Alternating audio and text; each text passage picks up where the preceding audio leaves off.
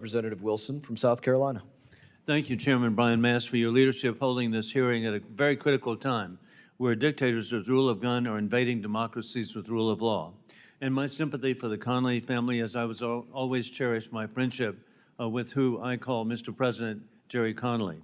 Mr. Secretary, congratulations on your success on behalf of the American people to implement the policies of President Donald Trump, giving Syria a chance, which was welcomed by a standing ovation in Riyadh, which was so historic.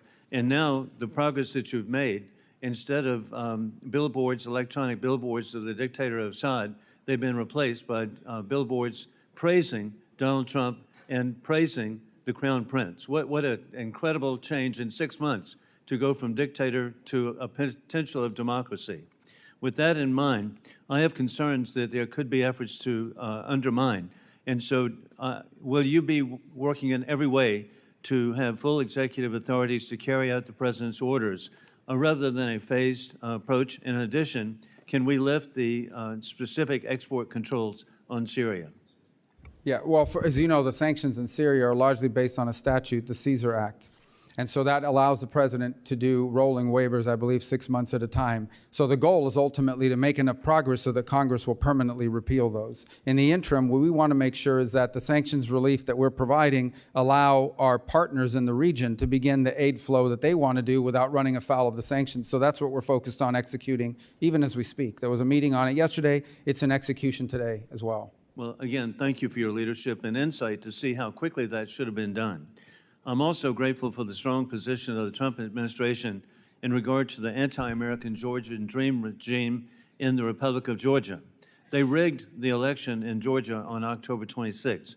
They've criminalized association with America. They kicked out American companies blocking trade and mineral access to the Middle Corridor, selling Georgia to the Chinese Communist Party. They've repeatedly smeared President Trump and American leadership. With that in mind, I'm really grateful that actually with the Rondelli Foundation, there's been a report just released indicating the control by the Chinese Communist Party now in the Republic of Georgia, and I'd like to provide this for the record. Additionally, for 200 consecutive days, freedom-loving Georgians have heroically taken to the street, embracing themselves in American flags and carrying posters of the president. Under your leadership, what will be done to help the State Department impose real cost on the anti-American Georgian dream on behalf of the people of Georgia? Well, going back to what I've said earlier in my opening statement, the goal of the United States is our national interest. So we would look at that and say, is it our national interest to have an anti-American government governing an important part of the world? And if not, we'll take appropriate actions to impose costs on that government. That's currently under review, and we're looking for options and additional options. I have no announcement today specifically on what we plan to do yet, but I can tell you that that is something that's being discussed. And again, a great example of why we're going to look to our regional bureaus and our local office on the ground there to provide us guidance as to what are the measures that the government, the anti-American government, would be most responsive to.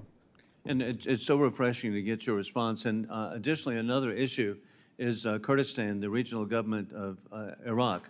And they have recently signed an agreement with American oil companies for the exploration and for the development of the oil capabilities, billions of dollars in northern Iraq. But sadly, the regime in Tehran has impacted Baghdad and is actually controlling the actions of Baghdad. And so Iran is intruding and trying to stop the agreements. What is being done to promote freedom for the ability of Kurdistan to, in regional government, to really support the people of Iraq? Well, too? we first have made clear the linchpin of our approach towards Iraq is that autonomy that the Kurdish population has in that part of the country, and part of that is allowing them the economic lifeline that allows them to prosper and succeed. The Iraqi officials have expressed an interest in a closer, better relationship with the United States, and we've explained to them that the core to that is respect for the companies that are operating from in that country, from our country operating within Iraq. Also, respect, as I said, for the autonomy of the Kurds.